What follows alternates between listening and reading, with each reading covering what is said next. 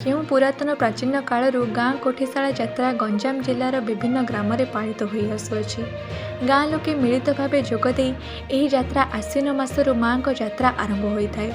ଆର୍ଥିକ ଅବସ୍ଥାକୁ ଦେଖି କେଉଁ କେଉଁ ଗ୍ରାମରେ 15 ଦିନ କିମ୍ବା 1 ମାସ ମା'ଙ୍କ ପୂଜା କାର୍ଯ୍ୟ ହୋଇଥାଏ।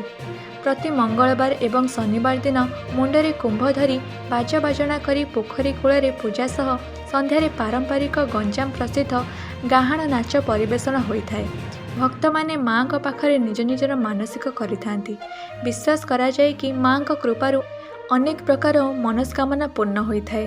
କୋଠିଶାଳାର ଅନ୍ତିମ ଦିବସରେ କେଉଁ କେଉଁ ଗ୍ରାମରେ ରାମାୟଣ କିମ୍ବା ମହାଭାରତ ନାଚଗୀତ ପରିବେଷଣ ବେଳେ କେଉଁ କେଉଁ ଗ୍ରାମରେ କେବଳ ଗାହାଣ ନାଚଗୀତ ହୋଇଥାଏ ଓ ଶେଷରେ ମା'ଙ୍କୁ ବିଦାୟ ଦେଇ ପ୍ରସାଦ ସେବନ ଆୟୋଜନ କରାଯାଇଥାଏ। ଏହା ଏକ ନିଆରା ଯାତ୍ରା ଯାହା ପରମ୍ପରାରୁ ହୋଇ ଆସୁଅଛି। ସେହିପରି ଆଜି ଗଞ୍ଜାମ ଜିଲ୍ଲା ହିଞ୍ଜିଲି ବ୍ଲକ ବାଳକୃଷ୍ଣପୁର ଗ୍ରାମରେ ହୋଇଥିବା ନିଆରା ପର୍ବ କୋଠିଶାଳା ଯାତ୍ରା ବହୁତ ଶାନ୍ତିପୂର୍ଣ୍ଣ ଭାବେ ଉଦ୍ଯାପିତ ହୋଇଛି।